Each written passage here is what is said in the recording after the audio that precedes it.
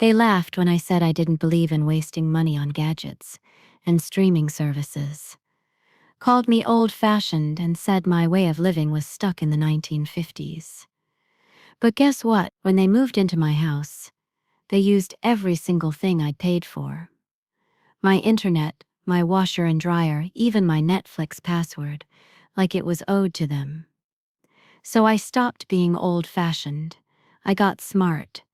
And when I took it all back, you should have seen their faces. I never thought I'd be one of those women, the kind who lets her family move in, thinking it'll bring everyone closer, and ends up feeling like a guest in her own home. But here I am, sitting at my kitchen table, sipping cold coffee from a mug that says "Best Mom Ever," even though no one said that to me in years. My name's Edna. I'm 75, born in Missouri, raised with manners, raised with work ethic. I wear cardigans because they're warm, not because they're trendy. I make pie crust from scratch, and I darn socks. Apparently that makes me old-fashioned. I was fine being called that. Really I was, until it became a weapon. It started with my daughter Julie. She called last spring, voice shaking, said her husband had lost his job, and they were going to lose the condo. Said they just needed a few months. "Mom," she whispered, "you've got that whole house to yourself." And she was right. My husband passed 2 years ago. The house felt emptier than ever. I said yes before she even finished the sentence. Julie moved in with her husband, Matt, and their teenage daughter Courtney. I cleared out the upstairs. I even made a welcome dinner. Roast chicken, green beans, homemade biscuits. They didn't touch the biscuit. "We're low carb now," Julie said. "That old school cooking is so heavy." Matt snorted. "Your mom still uses a crock pot?" Courtney giggled behind her phone. I smiled politely. I told myself it was just nerves. They were under stress. But that was just day one. By the end of the week,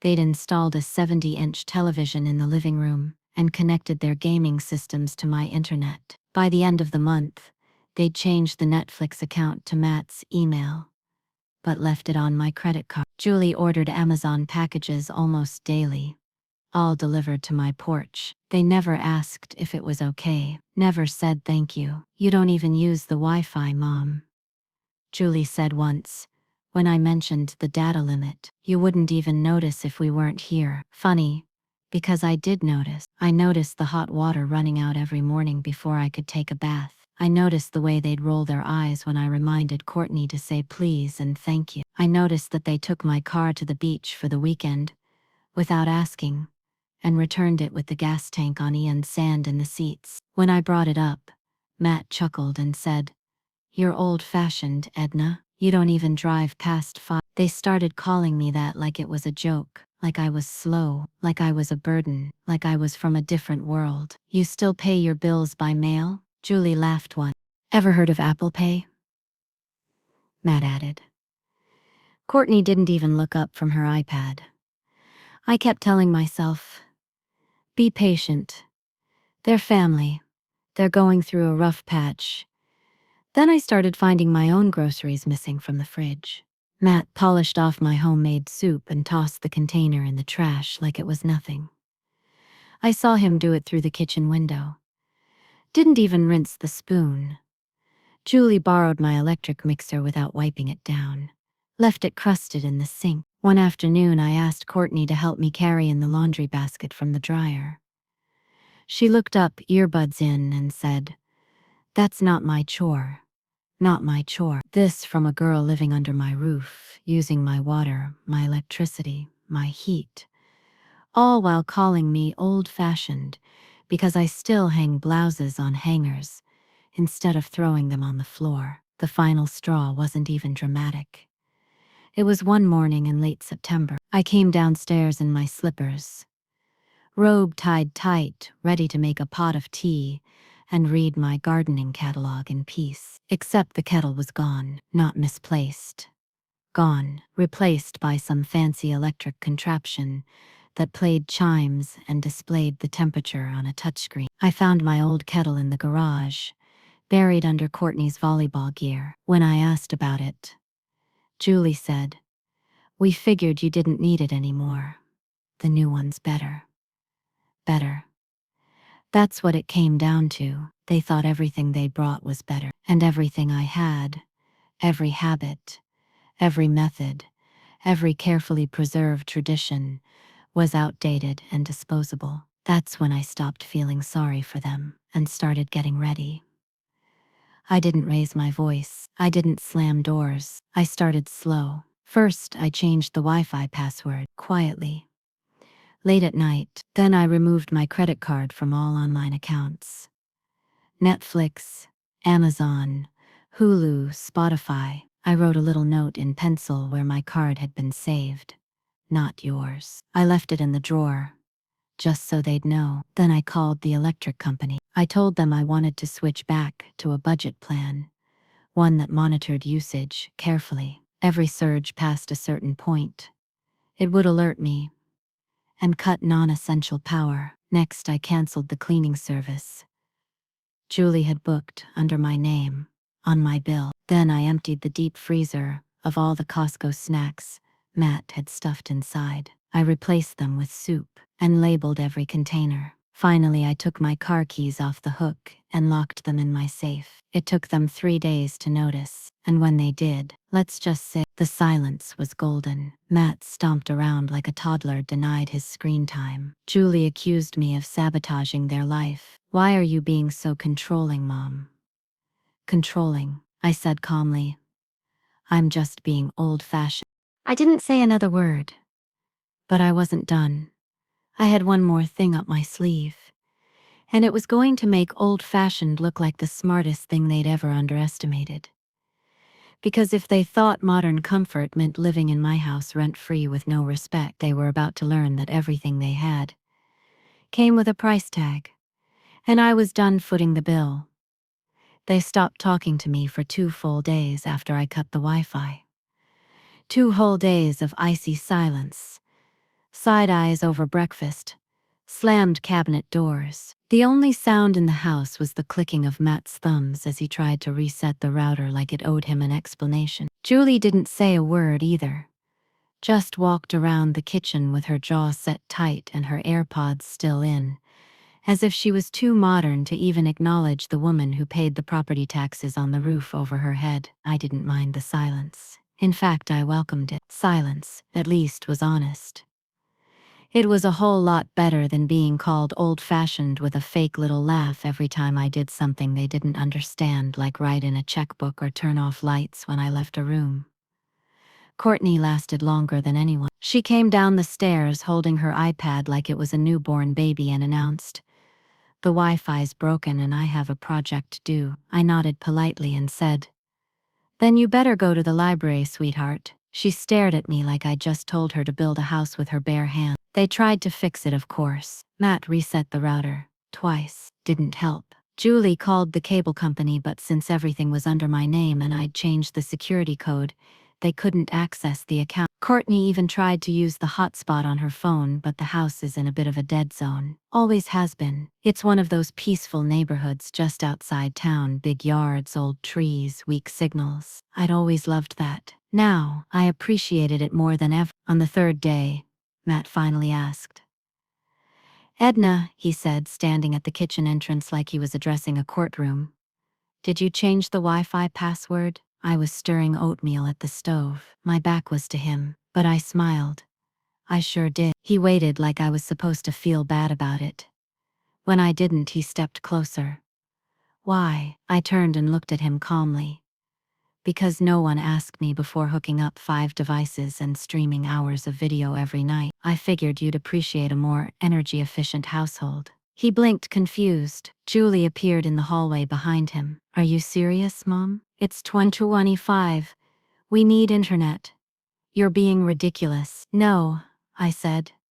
"I'm being old-fashioned, remember?" They didn't like that. Julie stormed off, muttering something under her breath about passive-aggressive behavior. Matt called me spiteful. Courtney cried, but none of them apologized. None of them said, "We've been taking advantage of you." None of them asked how I was doing, if I needed help with anything, or why I'd finally had enough. So I kept going, I started locking up more than just my car keys. I added a combination lock to my deep freezer in the basement, took back the power strip in the living room, the one they'd used to plug in 3 consoles and a 70-inch TV. I told them the circuit couldn't handle the load, which was technically true. I replaced the fancy espresso machine with my old-school percolator. Courtney asked where it went, and I told her I donated it to someone who actually said thank you when handed a cup of coffee. Then came the thermostat. Matt had been setting it to 68 during the day and 72 at night, like he was living at a Marriott. I reset it to 63 and locked the panel with a passcode. When he complained, I handed him a quilt and said, "Layer up, it builds character." I could see them unraveling. Julie's makeup started to look rushed. Matt spent more time outside on his phone, pacing the sidewalk in a hoodie, trying to get reception. Courtney began sleeping over at her friend Megan's house.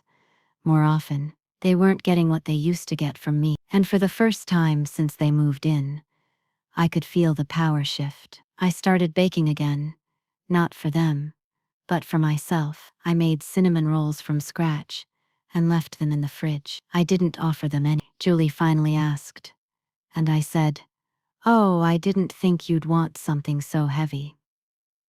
She didn't speak to me for 2 more days. One afternoon, I overheard Matt talking on the phone in the backyard. "She's losing it," he said. "No Wi-Fi, no heat. She's rationing the dryer. What are we in the Great Depression?" He paused, then added, "We should have just asked her to sign the damn house over already." My stomach turned. There it was, the truth. They didn't just want comfort, they wanted ownership. I waited until nightfall, then opened the fireproof lockbox I kept in the closet. Inside was everything they didn't understand: the deed, the will, the utility account numbers, a copy of my husband's military records, my power of attorney paperwork, and the thing that mattered most, the clause in the living trust that stated the house would never be transferred without my notarized signature. Julie had signed it herself 5 years ago, back when she wanted to look responsible. I made a few phone calls the next morning, called my lawyer, called the bank, called a realtor. By lunch I had scheduled a home valuation. By dinner I had a plan. The next day I left a printed note on the fridge. It read, "Effective immediately.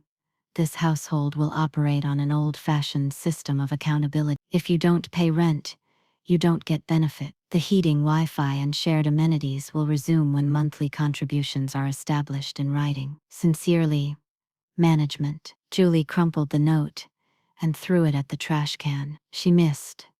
I didn't say a word. I just picked it up, smoothed it out, and pinned it back on the fridge. Matt tried intimidation. "Are you seriously going to kick out your own daughter?" I looked at him and said, "I'm not kicking anyone out. I'm inviting you to contribute." Courtney slammed her door. Julie cried on the phone with her sister and loudly said, "I was making it impossible to live here." I didn't budge. That weekend, I took a drive to the library and printed off a roommate rental agreement. I filled in the blanks with Julie's name and Matt's. Monthly rent, $400 each. Due date, 1st of the month. Clause: shared expenses include Wi-Fi, electricity, water, and laundry access. I left it on the counter next to a pen and a box of envelopes, labeled utilities. They never signed. They also stopped doing dishes, vacuuming, or pretending to be nice. So I canceled the internet for good. No downgrade. No new password. Just gone. On Sunday I went to church, came home and found they were gone. Courtney had packed 2 suitcases and left a note that said, "Staying at Megan's." Julie and Matt weren't home until late, and when they returned, they barely looked at me. Julie said nothing, just brushed past me in the hall. Matt sat on the porch staring at his phone. I sat down across from him and said, "You know, Matt, the funny thing about being old-fashioned is we remember how to live without expecting everything to be handed to us. He didn't respond, didn't have to. He knew he'd lost, but I wasn't done yet, because they still lived under my roof. And next I was going to remind them whose name was on the mailbox, the tax bill and the deed. And this time I was going to do it with paperwork and witnesses. There's something deeply satisfying about the sound of a notary's stamp. It's this sharp clunk, followed by the quiet rustle of a document sliding back across the desk.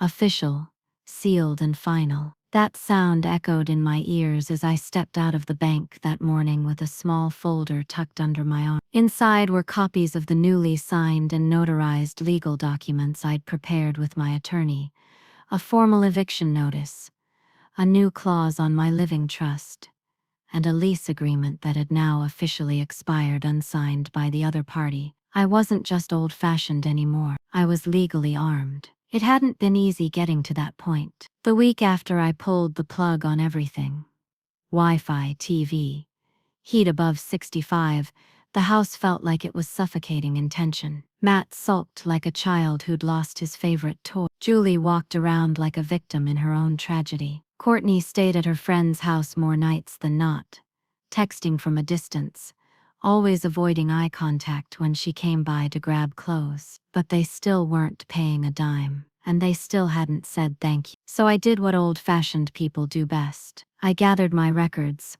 my receipts, my property paperwork, and I built a case. I met with a lawyer named Lisa, mid-40s, sharp suit, blunt haircut. She didn't blink when I explained what was happening. "They're not tenants if there's no rent or agreement," she said plainly. "They're guests, unwelcome guests," I added. She smirked. "Then it's time to make them less comfortable." She helped me draft an official 30-day notice to vacate. Signed, dated, witness, no emotion, just the law. And because I'd paid for every bill, every repair and all the maintenance since the day they moved in, it was all within my rights. Old-fashioned, yes, but not stupid. When I got home that day, I found Julie sitting at the dining room table with her laptop open and an empty coffee mug beside her. She didn't look up when I walked in. I set the folder down beside her, neatly and quietly. "What's this?" she asked, clicking her trackpad. "Your 30 days." She blinked. "Excuse me? You've been living here for 5 months. Rent-free. Bill-free. You ignored the payment agreement I left. You dismissed the lease terms. So now I'm asking you, officially, to leave." Matt came into the room just in time to hear that last part. "Is this a joke?" he said, grabbing the paper. "You're evicting your own daughter?" "No," I said with a calm I didn't know I had. "I'm evicting 2 adults who've disrespected me, drained my utilities, insulted my values, and made it clear they think they're entitled to everything I've worked for." Julie stood up, eyes wide. "You're being cruel." I picked up the second paper in the folder, the budget spreadsheet I'd printed showing how much I'd spent since they moved in. Groceries $2,145. Utilities streaming services $20.98. Gas and car repairs $650. Household supplies $430. Because all I see is theft with a smile. Julie's mouth opened, then shut. She didn't have a rebuttal. Matt tossed the paper on the table. "We can't just move in 30 days. You'll figure it out," I said. Just like they used to tell me when I asked for help. "You're modern people. You're resourceful, tech-savvy. I'm sure a GoFundMe and a TikTok rant will get you somewhere." Julie gasped. "You're making us homeless." I raised an eyebrow. "I'm giving you a deadline. I suggest you use it wisely." And then I walked upstairs, where the only room in the house that still felt like mine waited. The fallout came in waves. Courtney came home the next day in a rage, blaming me for ruining everything. "You know Megan's mom thinks you're a psycho?" she shouted. I just nodded. "Then Megan's mom can let you live there." Julie alternated between crying and threatening me with guilt. "You'll regret this," she said. "I already do," I replied. Matt just kept muttering about lawyers and rights he didn't have. "They tried to intimidate me, freeze me out, Even posted some snide comment on Facebook. Something vague like some people forget what family means. I didn't comment. I didn't like it. I didn't engage. I just took a photo of the post and added it to my folder. Documentation is power. Meanwhile, I prepared. I bought new locks, not just keys. Electronic keypad locks, ones with pin codes and reset buttons, installed by a handyman from church who gave me a discount, and a kind smile when I told him what I was doing. I updated my will again, just to make sure there were no loopholes, and I contacted my utility providers to set a disconnection date for anything I didn't want to maintain after they left. By week 3, they started packing. Courtney first. Her shoes, her makeup, her iPad charger. Julie followed, though she didn't pack as much. She probably thought I'd change my mind. Matt refused to pack anything at all. Instead, he started sleeping on the couch like a squatter in a house he'd already lost. Then came the best day of all, day 28. The realtor arrived. Her name was Caroline. Mid-50s. Big curls, navy blazer, clipboard in hand. She stepped onto the porch with a confident smile and shook my hand like I was the only person in the world who mattered. "We'll have it listed by Monday," she said, stepping into the living room. Julie appeared from the hallway, confused. "What's going on?" Caroline smiled at her like you would at a loud child in church. "I'm your mom's listing agent. We're putting the house on the market." Julie's mouth fell open. "You're selling the house," I nodded. "Yes, and I'm moving into a nice little condo across town, one with a gate and no guest." Matt stood up, suddenly interested. "Wait, so we really have to go?" Caroline turned to him. "Sir, this property is owned solely by the woman who hired me. If you aren't listed on the deed or lease, you have no legal standing. You're just occupying." Matt's face turned purple. Caroline didn't even blink. "I suggest you vacate in the remaining 2 days you have, or will involve the sheriff's office," she added sweetly, jotting notes on her clipboard. Julie didn't say anything, just walked back into the hallway and shut the door behind her. I don't know if she cried. I didn't follow. I had a walkthrough to complete, and a photographer coming in an hour. That night, I sat on the front porch alone for the first time in weeks. The air was cool, and the porch light flickered above me. I wore my thick cardigan, not because it was trendy but because it kept me warm. I looked around at the house I'd lived in for 42 years. Every window, every doorknob, every creaky stair and sticky cabinet. I'd cleaned them, repaired them, painted them, shared them, and they had been taken for granted. Until now, because now they were mine again, and soon they'd be someone else's. Someone who paid for what they used and respected what they owned. And me, I'd be free. The house looked prettier than it had in years. The photographer had come by at 10 a.m. sharp. A nice young man named Danny, tall, polite, wore those little shoe covers without being asked. He complimented my rose bushes and said, "This place has real charm." Real charm. I liked that. I'd baked a tray of cinnamon rolls for the shoot. Not for the photos, but for the smell. You can scrub a house clean, but nothing says welcome home like butter, cinnamon, and sugar in the air. He smiled when he walked through the door. "Old-fashioned," he said with a grin, "but it works." That word again. Old-fashioned, but this time it didn't sting. Because I knew I was using every ounce of my old-fashioned strength to take back the life I'd nearly lost in this house. Julie stayed out of sight during the photo shoot. She'd been quiet ever since the realtor's visit.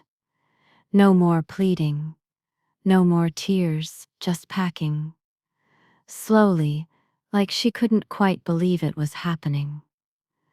I think she assumed I'd cave at the last minute, that I'd see the empty boxes, and the sad eyes and the childhood memories, and suddenly forget every insult, every rolled eye, every cold shoulder and unpaid bill. But I didn't, because I finally understood something about motherhood, something I'd forgotten in all my softness and sacrifice. You can love someone and still set a boundary. You can care and still say enough. Matt, on the other hand, didn't take it quite so gracefully. He started making little jabs, passive-aggressive remarks over breakfast, loud conversations on speakerphone, clearly meant for me to overhear. She's losing it, he told someone. Selling the house just to spite us. Who even does that? A woman's voice on the other end said, "That's your wife's mother, right? Can't you just talk her down?" "Nope," he replied. "Not unless we get her power of attorney or something." That's when I decided it was time to stop being polite. The next morning, I stood in the kitchen while Matt poured coffee into one of my world's best mom mugs. He didn't say good morning, didn't even look at me. I waited until he took a sip before speaking. "I heard your call last night." He froze. "What? You said I was losing it. That maybe you could get power of attorney." He set the mug down too hard. "That's not what I held up my hand. "I may be old-fashioned, Matt, but I'm not deaf, and I'm certainly not senile. You might want to remember that before you find yourself named in a restraining order." He blinked, then scoffed. "You wouldn't." I leaned forward. "Try me." He left the kitchen. And that was the last time he spoke to me directly. The open house was scheduled for the weekend. Caroline, my realtor, said we'd already gotten a few early offers just based on the listing. She was giddy. "It's a seller's market," she said. "And this place, it's got soul. It's got stories in the walls." She asked if I'd be there during the tours. "Absolutely not," I said. So I made arrangements to stay with my neighbor Rita just across the street. Rita was thrilled, said she'd been dying to have someone to watch Jeopardy with again. That Saturday, as I carried my overnight bag across the lawn, I glanced back at my porch. Julie stood in the doorway. Not angry, not begging, just quiet. I gave her a nod. She didn't return it. From Rita's living room window, I watched a parade of strangers walk through my home. A young couple with a baby stroller, a divorced woman with gray streaks in her ponytail, and a determined look in her eye, a tall man in scrubs and a real estate folder tucked under one arm. They admired the garden, smiled at the sunroom, whispered to each other like they could already picture their life inside it. And for the first time in months, I didn't feel sad. I felt free. That night, Rita made tuna casserole, and we stayed up talking. She told me stories about her late husband, her kids in Arizona, and her plan to visit Yellowstone next summer. When I told her about the cinnamon rolls and the Wi-Fi battle and the eviction papers, she laughed so hard she nearly choked. "You didn't just take back your house," she said, wiping her eyes. "You took back your backbone." "I guess I did," I said. "Took long enough." She raised her glass of iced tea and clinked it against mine. "To old-fashioned women with brand new future." 2 days later, Caroline called with the offer. It was above asking price. And from the young couple with the baby stroller, they loved the garden, loved the crown molding, loved the fact that it felt lived in without feeling worn out.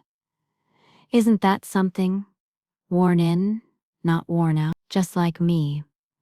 I signed the acceptance papers the next morning. Closing was scheduled in 30 days, and that meant Julie, Matt, and Courtney had exactly 10 left before their grace period ran out. When I returned to the house, the mood had changed. The tension had drained out of the walls. There were boxes everywhere. The TV was off. Courtney was helping Julie sort books into 2 piles. Keep and donate. Matt was nowhere in sight. Julie looked up when I walked in. "I heard you accepted an offer." I nodded. "I did. Congratulations." There was no sarcasm in her voice, just exhaustion. And maybe, just maybe, a sliver of respect. That night, we all ate dinner in silence. Mac and cheese from a box. No TV. No phones. Just forks scraping plates. When we finished, Courtney quietly picked up the dishes without being asked. Julie helped dry.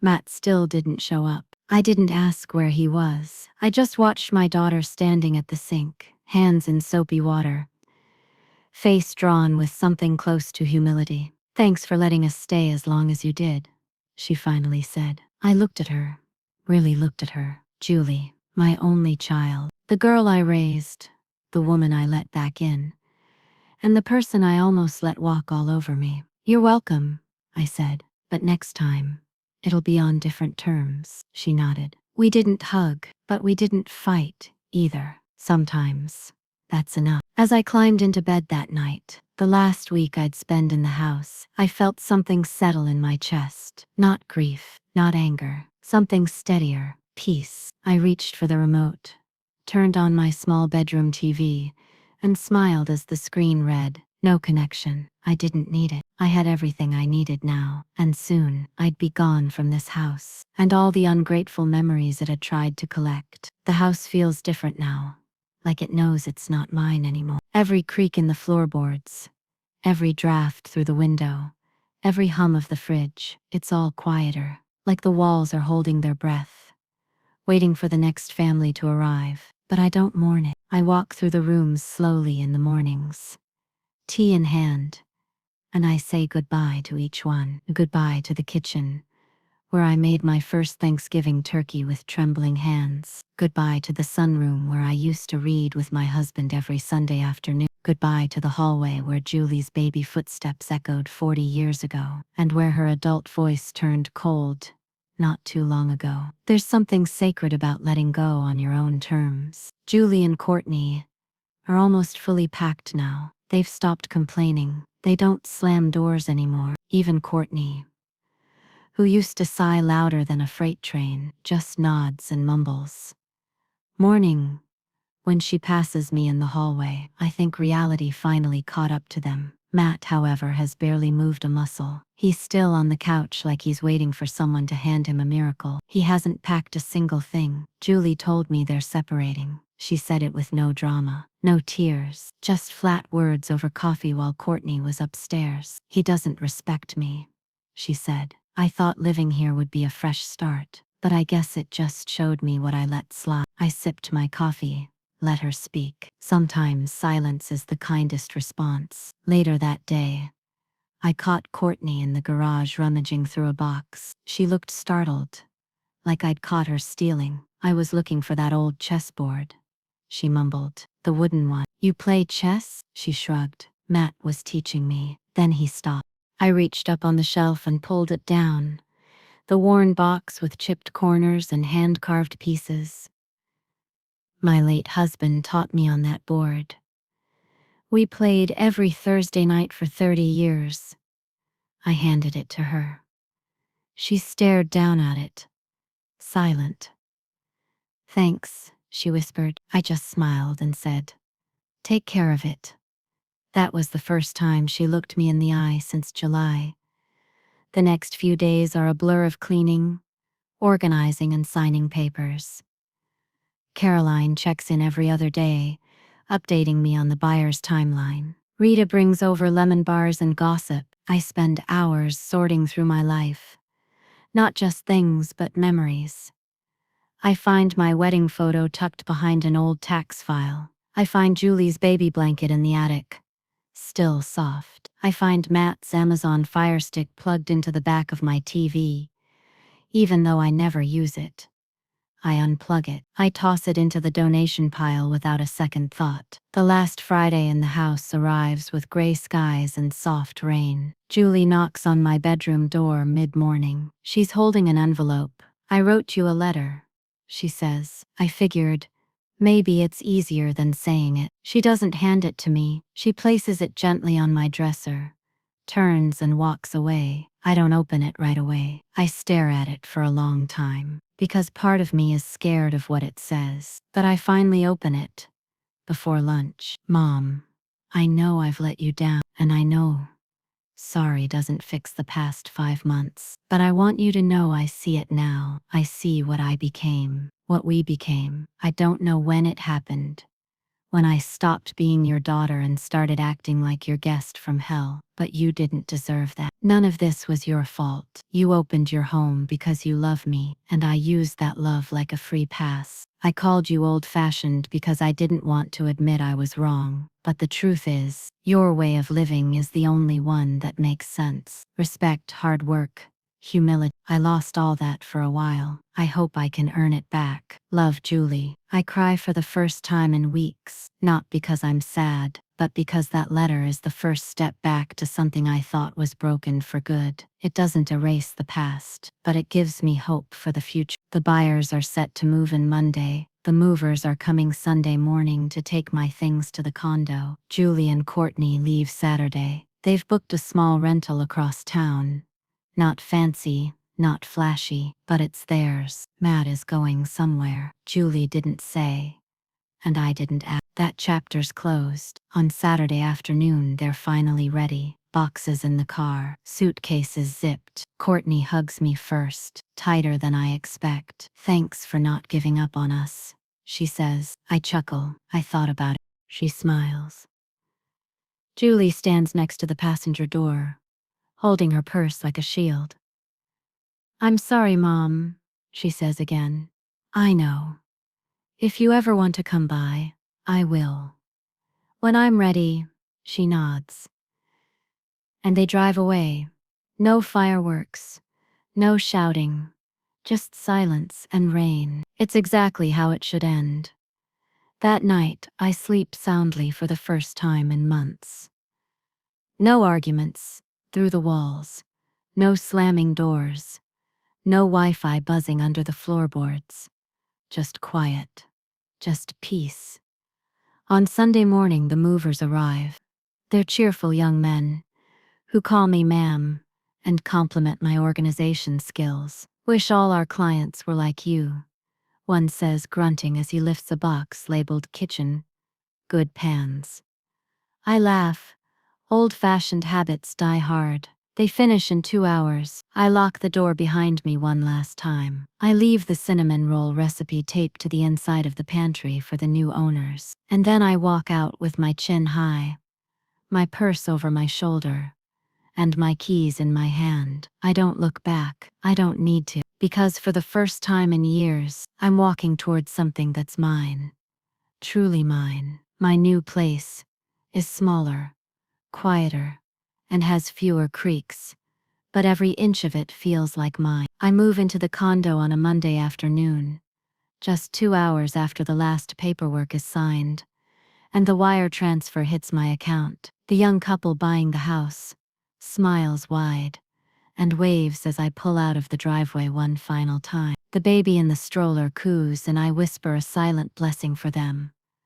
May they never forget to say thank you to the hands that help them rise. Rita comes by later that day with a housewarming pie and 2 mugs that say retired and thrive. She says she found them on sale and couldn't resist. I laugh, set the mugs on my new kitchen shelf, and for the first time in a long while, feel like I'm exactly where I'm supposed to be. The condo is perfect. 2 bedrooms, 1.5 bathrooms, and a balcony that catches the morning sun.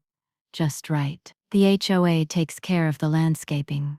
And the neighbor on my left, Bill, a retired fire chief, already offered to help hang my curtains. I don't need help, but I accept anyway. Because old-fashioned doesn't mean closed off. The best part, everything, is in my name. Every bill, every key, every account. No more free rides. No more guilt-tripped groceries. No more ungrateful voices echoing through my hallways. Just peace. A week passes before I get a call from Julie. She asks if she and Courtney can stop by. I hesitate. Then I say yes. They arrive on a Thursday afternoon, dressed casual, like they've learned not to assume anything anymore. Courtney brings me a candle, lavender and sage. It smelled like you, she says shyly. Julie brings flowers, but more importantly, she brings herself with a different tone, one I haven't heard in a long time. Your place is beautiful, Mom,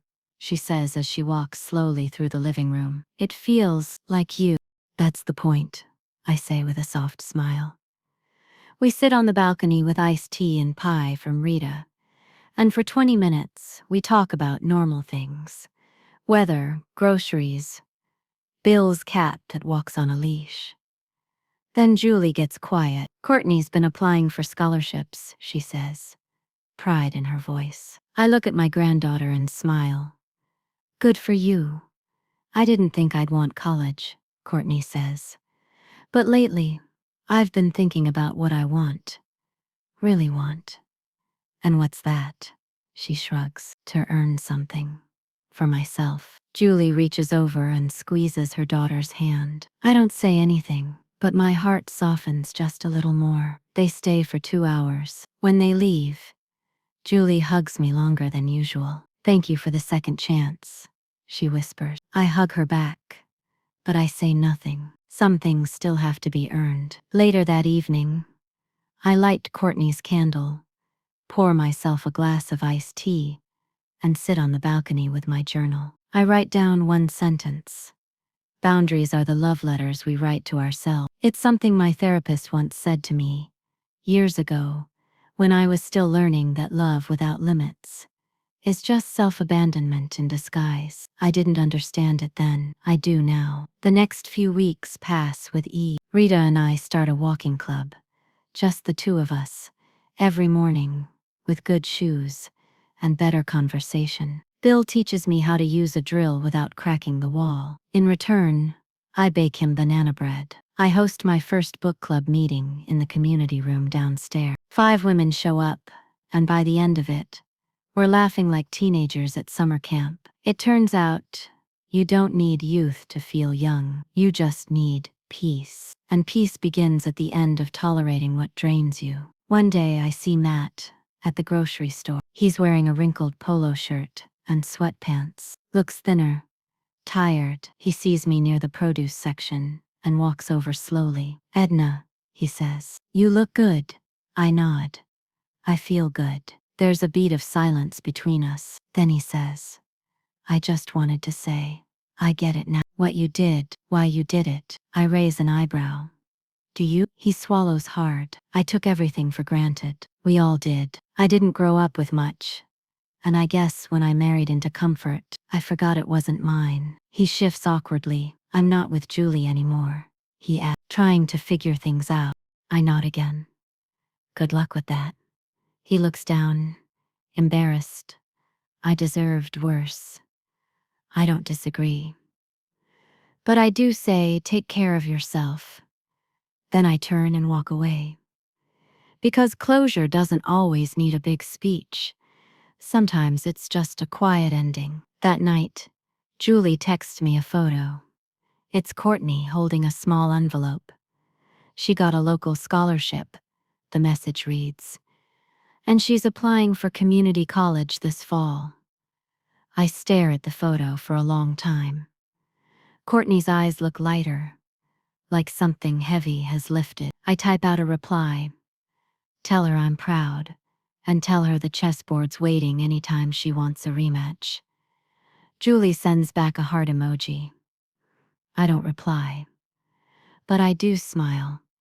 A few days later, I meet Rita at the library. We sit side by side in the reading room, flipping through magazines and talking about nothing important.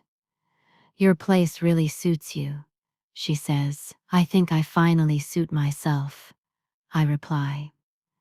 She laughs. Look at you, old-fashioned and unstoppable. And I think about that word again. Old-fashioned. The one they used to mock me with. The one they hurled like an insult. Like it meant I was slow, outdated, unworthy. But I've come to realize it's not an insult. It's armor. Because old-fashioned people, we pay our debts. We write thank you notes. We stand by our word. And when we've had enough, we take back what's ours. Gracefully, but without apology. As I leave the library, the breeze catches my scarf just right, and I tilt my face toward the sun. It feels like the beginning of something, not a new chapter. A new book, one where every page is mine to write. No more guilt, no more silence, just me and all the comforts I earned. The condo smells like cinnamon, and clean linen. I've just finished baking a small batch of scones. Blueberry, my favorite. And the windows are open, letting in the late spring breeze. This is what peace smells like. It's been 2 months since I left the old house behind. 2 months since I stopped being the free room, the Wi-Fi provider, the family mat to be stepped over. Now I wake up every morning and breathe in silence, not emptiness. Silence. There's a difference. Silence means no yelling down the stairs. Silence means no dishes in the sink that I didn't use. Silence means everything in its place. And me in mine. Julie texts every week now. Sometimes it's just a photo of Courtney's latest art project. Sometimes it's a meme she thinks I'll find funny. And sometimes it's just thinking of you. She never asks for money.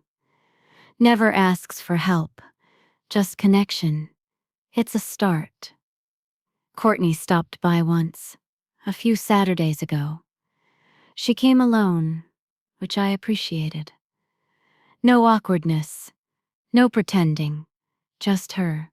She brought the chessboard. I thought we could have that rematch, she said, holding it up like a peace offering.